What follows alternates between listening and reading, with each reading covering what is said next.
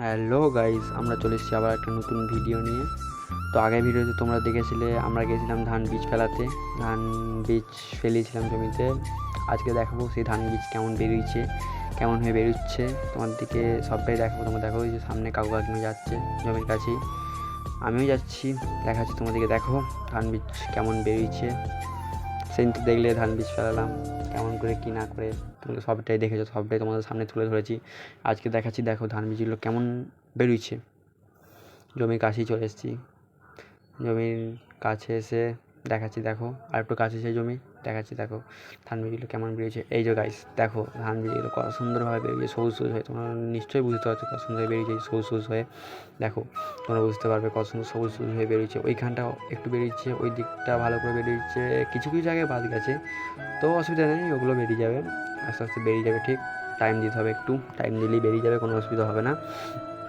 দেখো তোমরা কেমনভাবে বেরিয়েছে, কী বলবো। দেখো এইখানে বেরিয়েছে, ওই দিকটা একটু বেরিয়েছে, বেরিয়ে যাবে, অসুবিধা নেই, আর বেরিয়ে যাবে, জল দিয়ে বেরিয়ে যাবে।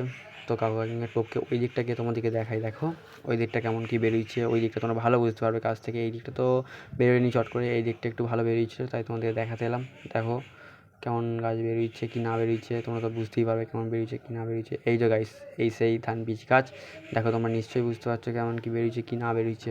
দেখো তো গাইস, তোমরা সেদিনকে কী দেখলে, জমিটাতে জল ছিল, কাদা। আজ দেখো জল তো একটুও নেই, জল পুরো শুকিয়ে গেছে।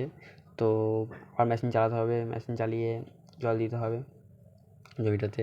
জল দিয়ে জমিটা ভর্তি করতে হবে, নাহলে গাছের সমস্যা হবে। গাছে জল থাকবে মানে গাছ বাড়তে চাইবে না চট করে জল না থাকলে। আর ধান বীজ এমন একটা জিনিস, জল তো গাছে দিতেই হবে, নাহলে হবে না। জল দিয়ে গাছে রাখতে হবে। কাউকে দাঁড়িয়ে পরামর্শ করছিল কবে মেশিন চালানো যায়, জল দেওয়া যায়, জল তো দিতে হবে গাছগুলোতে, নাহলে তো গাছগুলো নষ্ট হয়ে যাবে, এত কষ্টে ফল বৃথা হয়ে যাবে। তো আকাশের মুখ তো পুরো ভার, একদম আকাশের মুখ পুরো ভার, টানা জল হয়েই যাচ্ছে আমাদের দিকে, টানা জল হয়েই যাচ্ছে। তো তোমাদেরকে জল হচ্ছে নাকি গাইস, কমেন্টে জানিও। টানা জল হয়ে যাচ্ছে আমাদেরকে। আজকে একটু হালকা পরিষ্কার হলো, আমরা বেরোইছি দেখতে গাছগুলো কেমন কী আছে, ধান বীজটা কেমন বেরিয়েছে। তো গাইস তোমাদেরকে আরেকটা জিনিস দেখাচ্ছি, তোমরা দেখো, তোমরা এটা যদি চেনো আমাকে জানিও, যে চিনবে সেও কমেন্টে জানাবে, যে না চিনবে জানিও, আমি বলে দেবো এটা কী জিনিস।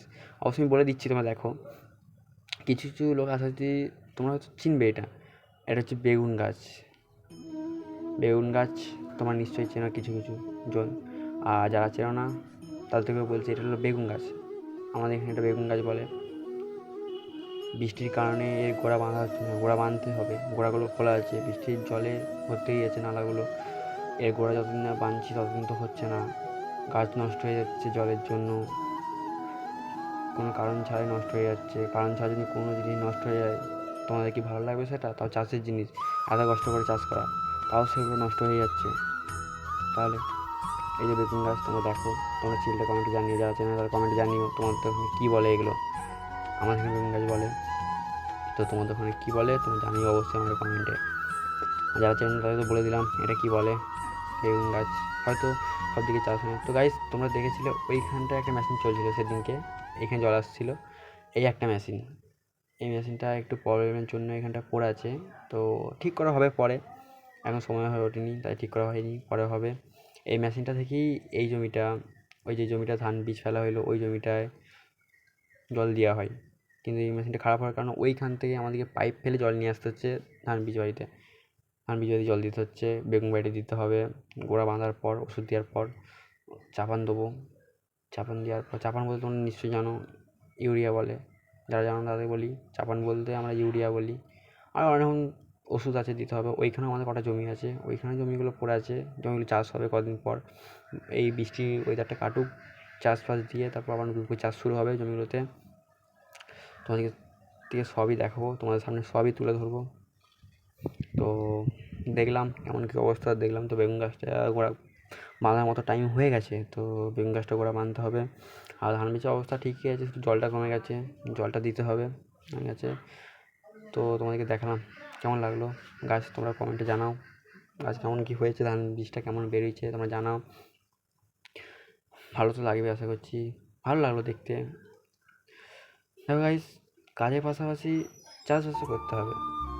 আমরা যেমন কাজও করি, চাষবাসও করি, কারণ চাষ না করলে জিনিসের যা দাম বাড়ছে তোমরা তো জানো সবই।